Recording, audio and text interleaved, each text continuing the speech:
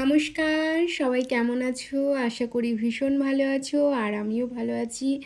আমার নতুন একটা ব্লগে তোমাদের সকলকে স্বাগত জানাই। আজকের এই ভিডিওটা একটু অন্যরকমই হচ্ছে, কেননা আজকে আমরা সপরিবারে মানে আমি, বাবা আর আমার মা, আমরা তিনজনে মিলে যাচ্ছি একটা জায়গায় পুজো দিতে। ফার্স্ট টাইম ওখানে আমি আর মা যাচ্ছি। জায়গাটা বেশি দূরে নয়, আমাদের বাড়ির আশেপাশেই। আশেপাশে বললেও বেশ খানিকটাই দূর। বহরমপুর ঢোকার আগে আমরা যাচ্ছি একটা হনুমান মন্দিরে, বজরংবলী মন্দির, যেটাতে আমি ফার্স্ট টাইম যাচ্ছি, কোনো দিন যাইনি। আর মন্দিরটা না পুরো রেল স্টেশনের মধ্যে, তো সেই কারণে আমার আরও ভীষণ ভালো লেগেছে। জানি না তোমাদের কেমন লাগবে, তোমরা ভিডিওটা দেখতে থাকো আর সঙ্গে থাকো, আশা করি তোমাদেরও ভীষণ ভালো লাগবে। তো আমরা চলে এসেছি এখন মন্দির প্রাঙ্গণে, আর এটা নাকি পুরোটা মন্দির।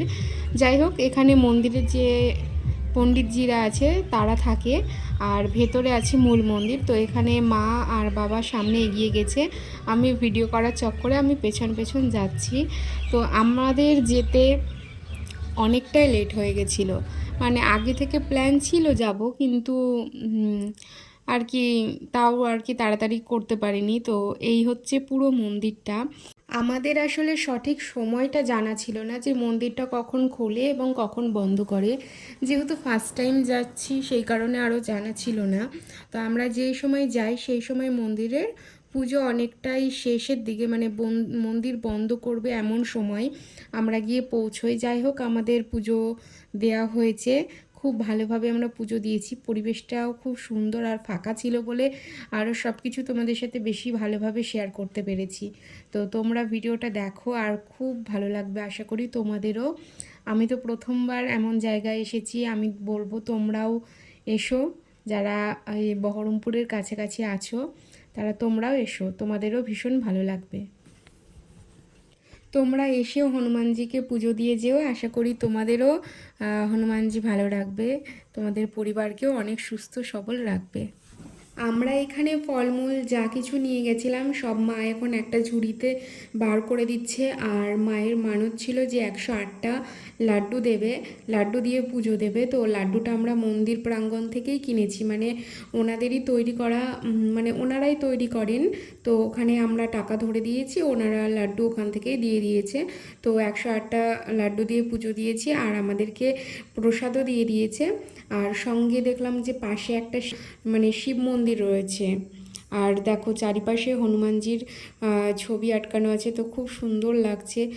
এক কথায় কি বলো তো, প্রথমবার গিয়ে না মন্দিরটার প্রেমে পড়ে গেছি আমি। আমার এতটাই ভালো লেগেছে, এতটা শান্ত স্নিগ্ধ পরিবেশ, মানে ওখানে কোনো একটু আওয়াজ নেই কিছু না। মন্দির যেহেতু শান্তই থাকে, তবুও মানে এটা যেন একটা অন্যরকম ফিলিংস। আর ফার্স্ট টাইম যেহেতু হনুমানজির মন্দিরে গিয়েছি, তো সত্যি খুব ভালো লাগছিল।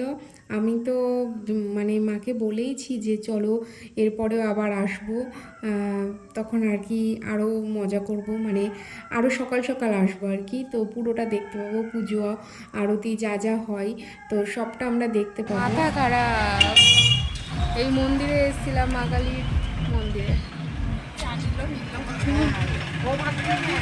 দিয়ে, মানে একদম বন্ধ করার মুহূর্তে মা গেটটা খুলে হচ্ছে ঢুকে গেছে। তাই এখানে অনেক ভিখারি বসে আছে। এখন বাবা টাকা দেবে,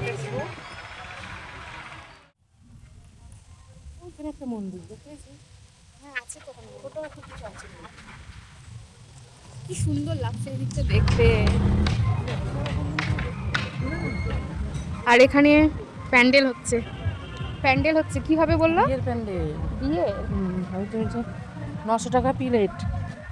এই বাড়ি ঠাকুর বাড়ি মেয়ের বিয়ে। ও ঠাকুর বাড়ির মেয়ের বিয়ে, হ্যাঁ। মানে আরো প্যান্ডেল হবে, দেখো কত বাস, দেখো মানে পুরো মাঠটা জুড়েই হবে। ওখানে সরস্বতী ঠাকুর বিসর্জন দিচ্ছে। আমরা হনুমানজির মন্দির থেকে চলে এসেছি বহরমপুর বিষ্ণুপুর কালীবাড়িতে।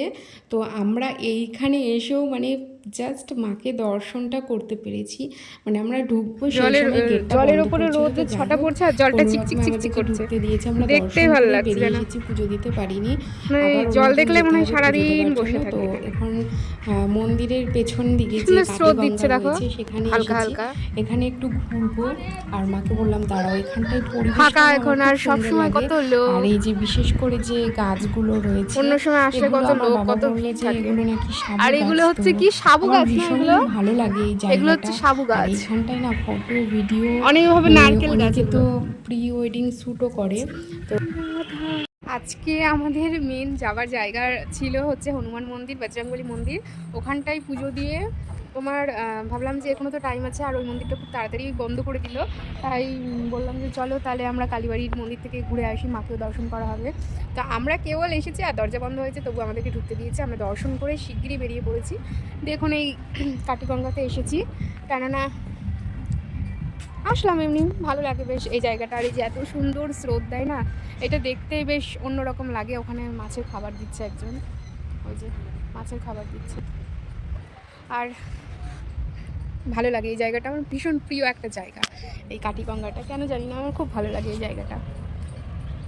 মানে এখানে আসলেই মনে হয় যে মনের যত দুঃখ কষ্ট শোক তাপ ব্যথা যন্ত্রণা বেদনা যা আছে সব নিঃশেষে দূর হয়ে যায়, তাই মনে হয়। একটু হচ্ছে জলও একটু ছিটিয়ে নিলাম। তো এখানটাই তো একটু আসলাম, আর ওখানে পুরি বিক্রি হচ্ছিল, পুরি খেলাম, খেয়ে এখানটায় আসলাম। এখন থাকবো 5 মিনিট মতো থাকবো, দিয়ে আবার বাড়ি চলে যাবো। কেননা এবার আমরা পুচিকে নিয়ে আসিনি, পুচিকে রেখে এসেছি বাড়িতে, তাই বেশি লেট করা যাবে না, চলে যেতে হবে। ওই দেখো পানকৌড়ি জলের মাঝে, ওই যে তখন ডুব দিয়েছে এমনভাবে, আমি কিরে বাবা আমার তো ভয় লেগে গেছে। ওই দেখো স্নান করছে। চলো তোমাদেরকে আরও একবার এই কাটিগঙ্গাটা ঘুরিয়ে দেখিয়ে দিই, কেননা আমার ভীষণ পছন্দের এই জায়গাটা। আর যখন ওই গঙ্গার মাঝে মাঝে এরকম কী বলে নৌকোর মতন থাকে, ওগুলো তো আমার ভীষণ আরও ভালো লাগে। ওইখানটা একটা বক বসে আছে, ওই যে কচুরিপানের ওপরে একটা বক বসে আছে, দেখো এখান থেকে দেখা যাচ্ছে, কত দূরে তাও দেখা যাচ্ছে। এখানে সরস্বতী ঠাকুরও বিসর্জন দিচ্ছে। তোমাদেরকে তো খালি বিষ্ণুপুর কালীবাড়ির ওই সাইডটাই দেখায়, গঙ্গা আর মাঠটা। এইদিকে যে একটা পার্ক টাইপের আছে, এটা তো তোমাদের দেখাইনি, এতদিন আসি তাও দেখায়নি। চলো তোমাদেরকে দেখাই, কত সুন্দর সুন্দর কাগজ ফুলের গাছ আছে। ওই যে একটা লাল, এটা গোলাপি, ওখানে একটু কমলা, কি সুন্দর লাগছে এখানটায়। এখানটায় আসো, মানে ছবি তুলবো, দারুণ লাগছে গাছটা দেখতে। এই যে একটা পার্ক, এটা তোমাদেরকে আমি প্রথম থেকেই বলছিলাম যে সব কিছু সুন্দর, পরিবেশটা সুন্দর, মন্দিরটা সুন্দর, শেষটা যেন আরও সুন্দর হয়ে গেল এই পরিবেশটার জন্য।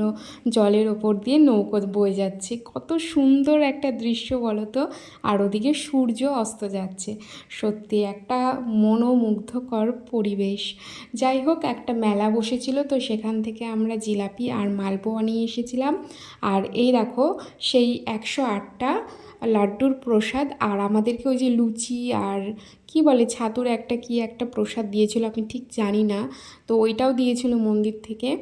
আর ওই বললাম না যে মেলা থেকে জিলাপি নিয়ে এসেছি, তো ওখান থেকেই কয়েকটা ঝুড়ি নিয়ে এসেছিলাম আর ক্লিপ। তো সেগুলোই তোমাদের সাথে শেয়ার করলাম। তোমাদের এই পুরো ভিডিওটা কেমন লাগলো অবশ্যই আমাকে জানিও, আর আমার সঙ্গে থেকো, পাশে থেকো। আর আরও নতুন নতুন ভিডিও দেখার জন্য আমার চ্যানেলটাকে সাবস্ক্রাইব করে দিও। আর ভিডিওটা কেমন লাগলো অবশ্যই কিন্তু জানিও। তো চলো আজকের মতো আমি এখানেই বিদায় নিচ্ছি, আবার একটা নতুন ভিডিওতে তোমাদের সাথে দেখা হবে। চলো টাটা অ্যান্ড গুড নাইট।